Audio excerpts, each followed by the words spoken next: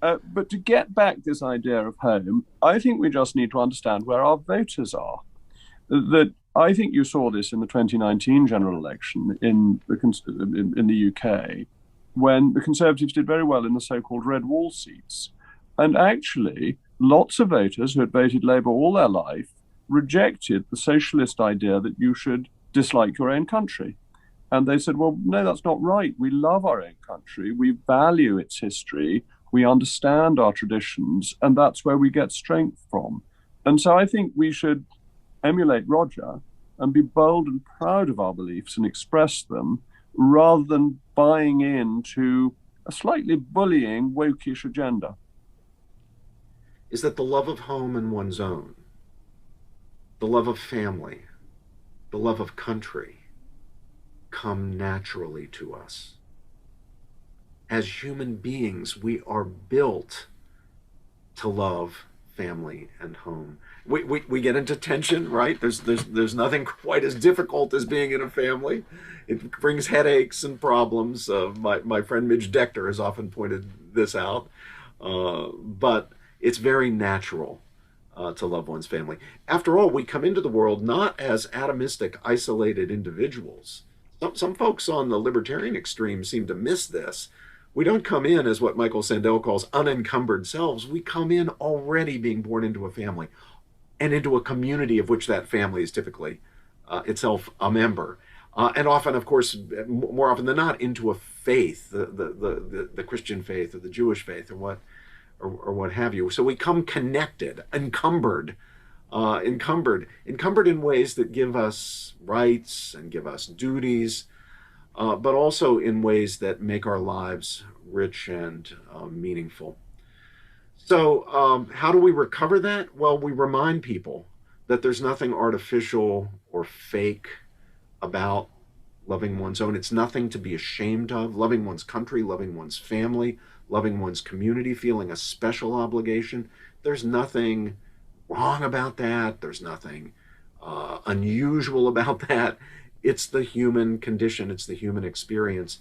And it helps us to fulfill our natures as human beings. We can't get along. We can't be all that we are supposed to be, all that we can be, without being integrated into a family, a community, a country, a faith, and so forth. And with all the blessings that come from those things come obligations, including the obligation to serve, protect, and defend home and family and faith and country.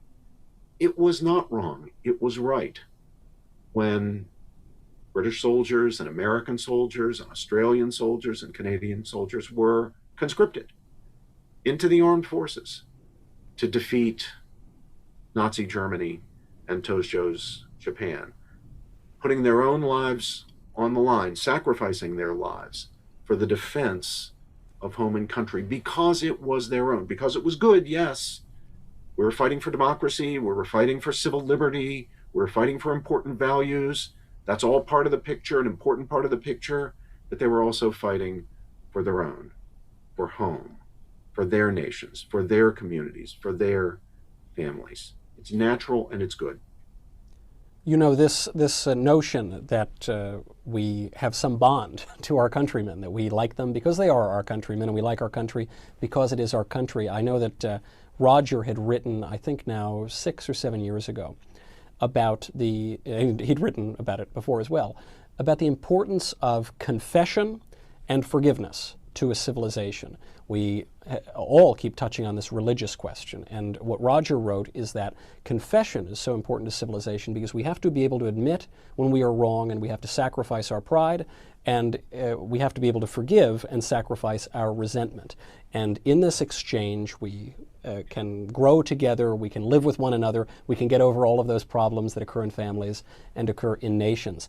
And it would seem to me that he was foreshadowing, he was prophesying the phenomenon that we now refer to as cancel culture, as we see a breakdown of both confession and forgiveness. Jacob, since this is occurring not just in the United States, it's happening in Britain as well. Is there some aspect of this confessional, this forgiveness, that is tearing at the social fabric there?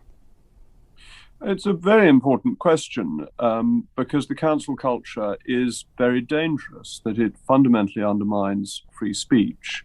And free speech is our greatest safeguard ultimately against tyranny because it allows us to object to bad government or bad decisions being made by officialdom in whatever way that they are made.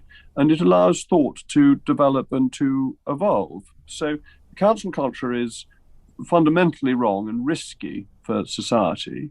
And you're right about confession, that confession is a great strength because to understand what you've done wrong in the past is a means of improving for the future. And so you then lead on from confession to forgiveness and what that leads to. And that can become very strengthening, that once people have the cleansing of forgiveness, then they can build further. And then they can lose the shame of what they've done wrong in the past. And I think this is very important in looking at our nation's histories, that all nations have done things wrong in the past, but that doesn't mean that they should lie in their beds weeping currently. It means that they should get on with things and try and do better and focus on what they've done well in the past. And then you can build and you can seek newer heights. And I think the problem with cancel culture is that it's basically saying, look, we did wrong things in the past. They were so terrible that we must beat ourselves up forever because although we are repenting, we don't recognize forgiveness. And so from what you're saying, I think you're absolutely spot on. You need both to come together so that you can make society workable and livable in.